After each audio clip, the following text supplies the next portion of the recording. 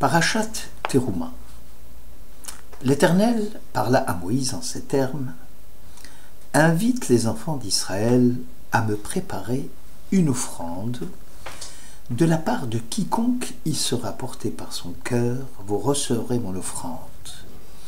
Ils me construiront un sanctuaire pour que je réside au milieu d'eux, semblable à tout ce que je t'indiquerai, c'est-à-dire au plan du tabernacle, de toutes ses pièces. Et vous l'exécuterez ainsi. On en fera une arche de bois de chittim, tu la recouvriras d'or pur, et tu feras aussi un candélabre d'or pur. » Exode 25. Maïmonide fait remarquer que le commandement qui prescrit la construction du tabernacle est une mitzvah ladoroth, c'est-à-dire une prescription valable pour toutes les générations à venir. Chaque génération devra s'atteler à édifier la maison de Dieu. Conformément aux Écritures, ils me construiront un sanctuaire. Le Sefer HaChinuch considère que l'obligation de construire un temple est soumise à la condition qu'une majorité de Juifs devant résider en Terre Sainte. Pourtant, à l'époque d'Ezra le scribe, le peuple n'a-t-il pas entrepris la construction du second temple, alors que la majorité de la population juive vivait en diaspora en Babylonie. Selon Yehoshua Mikutna, comme le peuple avait libre choix de monter en Eretz Israël s'il le souhaitait et qu'il a préféré rester en diaspora babylonienne, le peuple a perdu le droit de constituer une majorité de blocage en vue d'empêcher l'érection du temple. Seuls les résidents en Terre Sainte pouvaient décider de l'édification de la maison de Dieu, devenant ainsi les porte-parole de l'ensemble du peuple juif. Le Hadmour de Lubavitch souligne que Dieu ne peut être délimité dans un espace donné. Dieu est au-dessus et en dehors de l'espace et du temps. À partir du moment où nous prononçons le nom de Dieu, nous abordons un problème qui se rapporte à ce qui surpasse la nature de notre monde, à ce qui se tient au-delà de toutes les choses et de tous les concepts.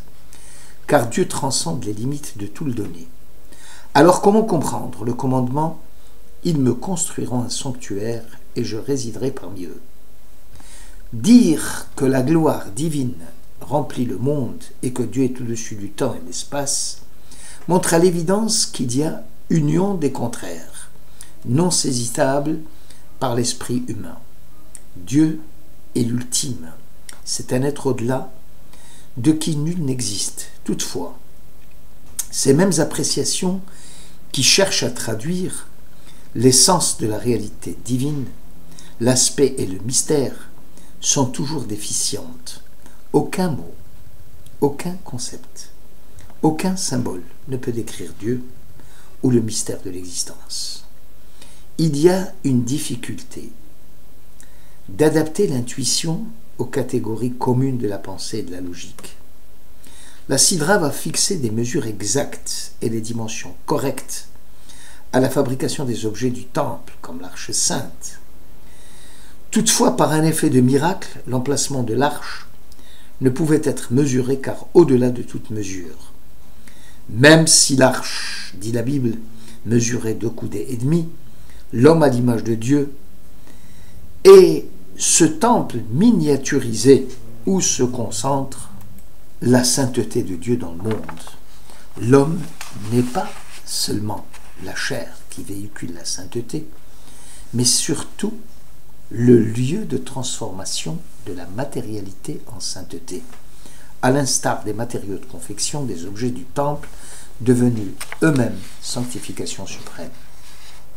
Le Maharal de Prague écrit que vivant en marge des lois naturelles et disposant d'une qualité particulière qui l'oriente dans la voie de la sainteté et de la prophétie, Israël est lié à Dieu par un lien intrinsèque, parfait et éternel. Si tous les existants en tant que créatures sont en rapport avec Dieu et recèlent des parcelles de sainteté, Israël est uni à Dieu par un lien infiniment plus intime et direct. Israël est le réceptacle de la parole. Il est l'essence même de Dieu. Cette essence se manifeste par l'unicité, et à l'unité de Dieu répond l'unité d'Israël. Il y a donc une filiation directe qui relie Israël à Dieu. Le Sfat Emet reprend l'expression « Vechen ta'asu » vous exécuterez ainsi la confection du tabernacle. Dans un sens plus large, Israël est envoyé au monde de l'action, le Olam Ha'asiya, pour effectuer la sainteté divine dans le cosmos. Le lien particulier qui unit Israël à Dieu réside essentiellement dans l'essence et dans le fondement de la mission d'Israël d'être le témoin de l'absolu. L'ordre de la Torah imposé à Israël est en vertu des lois qui régissent la nature même d'Israël à sa vocation propre.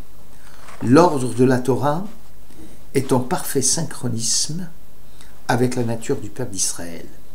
La réparation tikkun apportée par Israël dans le monde de l'action dépassait de loin la réalité de l'univers humain rationnel et obéissant aux lois physiques. Betzalel, le grand architecte du temple, connaissait le code de la combinaison des lettres de l'alphabet hébraïque, code qui va permettre à Dieu de créer l'univers dans la Genèse. Israël devient une loi du monde, un indice qui annonce partout où il se rencontre la présence divine dans l'histoire des hommes. Nachmanide, lui, dans son commentaire sur la Torah, pose la question suivante. Pourquoi donc maintenant l'ordre fut donné de bâtir un tabernacle? Quand Dieu parla au peuple d'Israël face à face, lors de la révélation du Sinaï et de la promulgation du Décalogue, il ordonna à Moïse une partie des commandements qui sera le socle de toutes les prescriptions de la Torah. Israël accepta la pratique des mitzvot et contracta alors une alliance avec Dieu. Il sera désormais, dit Nachmanide, le peuple de Dieu, un royaume de pontifes et un peuple saint. Puisqu'il est devenu saint, il s'avérait urgent et nécessaire de bâtir une maison de sanctification pour recevoir le flux prophétique de la providence. L'édification du temple, selon Ramban, est donc le moyen approprié en vue de l'inspiration prophétique qui était destinée à Israël avant même la faute du veau d'or. Sforno prend le contre-pied de l'exégèse de Nachmanide. Le temple, dit-il, est la conséquence de la chute d'Israël après la faute du veau d'or. À l'origine, dit Sforno, il était facile à chacun d'accéder à la proximité du divin et à la sensation de sanctification en tout lieu et en tout temps. Après le péché du veau d'or, Dieu comprit qu'Israël avait besoin d'une expression matérialisée de la gloire divine. Aussi ordonna-t-il d'édifier un temple. D'ailleurs, Moïse fit descendre les premières tables écrites de la main de Dieu gravées sur les tables et destinées à sanctifier tout le peuple d'Israël et non exclusivement les Kohanim. Ce n'est qu'après la faute que la tribu de Lévi hérita du privilège d'être Kadosh, qui signifie être à part, être différent, car la tribu de Lévi n'ayant pas participé à la confection du veau d'or. L'approche de Sforno est difficilement compatible avec les prophéties postérieures d'Isaïe ou d'Ézéchiel, où il est dit que lors des temps messianiques, le temple sera reconstruit comme au temps de jadis, et où le peuple viendra en grande pompe sur la montagne de Dieu pour s'y recueillir. Le Shem Mishmuel avance l'idée que si le peuple d'Israël n'avait pas commis le péché du veau d'or, il aurait été au même niveau spirituel que Adam avant la faute, c'est-à-dire un monde entièrement voué au culte de Dieu. Le Maharal explique que c'est la dualité forme-matière qui est à l'origine des états d'unité et de pluralité. Car la matière est toujours plurielle. Seule la forme, la cernant dans un cadre précis, lui permet d'atteindre l'unité. Exemple, l'eau épouse tous les contours. L'eau, maïm, est matière au pluriel. Moïse, sauvé des eaux, s'interprète comme une élévation de la matière à l'état de forme, de la pluralité à l'unité. Israël au Sinaï était passé de la pluralité à l'unité, qui est Ish Echad, Belev Echad, unité de Dieu, unité du peuple, unité de la Torah. Avant de recevoir la Torah, Israël se devait de retrouver l'unité, de laisser loin la matière, le chomer, chamor, l'élément étranger à l'esprit étranger. Recevoir la Torah, c'est percevoir l'essence de la création. Car le monde, Olam, est ce qui cache le vrai visage de la réalité en nous habituant à une perception superficielle du sensible. Si la Torah fut donnée dans le désert Midbar, c'est que ce dernier est le lieu de la parole, Medaber. Or, paradoxalement, dans le désert règne le silence. C'est que l'extinction de toute voix extérieure, de tout aspect naturel de la réalité, permet de discerner le sens véritable de l'être. Tout le peuple voyait les voix.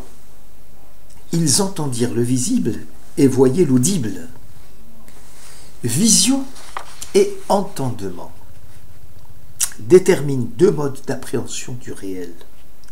La vision offre une perception immédiate et totale et qui n'a prise que sur l'extériorité des choses. L'entendement permet une compréhension de la chose visionnée.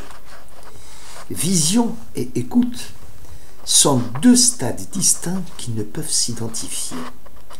On peut comprendre le sens d'une image, mais on ne saurait intégrer cette écoute dans la vision première et immédiate. L'adéquation de l'entendement et de la vision lors de la révélation indique une perception de l'intériorité des choses. Écouter le visible, c'est découvrir le sens des choses. Le monde se laisse dépouiller de son écorce par le regard perçant qui découvre en lui la présence divine. On peut maintenant reprendre l'analyse du Sforno et la faire correspondre à l'explication fournie par les prophètes d'Israël concernant le troisième temple. Le temple de Salomon est détaillé dans le livre des rois, alors que le temple à bâtir, même si le prophète Ézéchiel l'annonce, il n'y a aucun détail le concernant. Il est difficile à l'homme d'imaginer un monde éthéré, métaphysique, avec une absence totale de matière.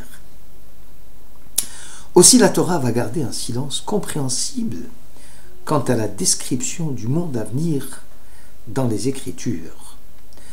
Le temple, à l'instar du Olam Haba, du monde à venir, relève aussi d'une dimension spirituelle, difficilement concevable pour notre intelligence cartésienne. C'est là le sens donné par les sages dans le traité Kama 60b. Le troisième temple sera bâti par le feu. Sans la faute du veau d'or, le temple aurait été à la dimension du temple spirituel, signe du niveau de sanctification élevé du peuple d'Israël. Cette dimension nous a fait défaut suite à la chute et nous nous sommes retrouvés à faire appel à des architectes experts en calcul pour édifier un temple à dimension humaine. Ainsi, l'exégèse même de Nachmanide qui relève d'avant la faute est celle de Sforno d'après la faute du veau d'or, puisque les secondes tables de la loi restent identiques aux premières, à une différence près que les premières tables étaient l'œuvre divine, et l'écriture divine gravée sur les tables, et que les secondes seront taillées par Moïse. Comment peut-on imaginer la destruction et la recréation de la parole divine? Les premières tables gravées par Dieu ne peuvent être données dans leur vérité à l'homme, car l'homme a besoin de tailler les tables, de les dégrossir pour leur vérité. La lumière ne peut se faire qu'après de longs tâtonnements. En brisant les tables, Moïse prit soin de placer les tables brisées dans l'arche de l'alliance avec les secondes. Ainsi, malgré la faute, Israël a la possibilité de se régénérer, de renaître, de s'attacher à Dieu et à la Torah. Si les premières tables symbolisaient le cœur d'Israël au moment de la révélation du Sinaï, un cœur pur attaché à Dieu, résidant dans chaque individu du peuple, seulement voilà, après la faute, Israël plongé dans l'angoisse du péché, avait besoin du recours à la repentance, à la construction, qu'il ne pouvait obtenir qu'en se rendant au temple humain construit à la gloire de Dieu. En ce sens, nous les Juifs, nous n'en finissons pas de mourir et de renaître. Le geste de Moïse, qui recueille les éclats de notre mémoire brisée, nous appelle à une fidélité et à une maturité sans concession ni complaisance. Selon le mot de l'Ecclésiaste 3, il est un temps pour briser les pierres et il est un temps pour les rassembler. Merci de votre écoute.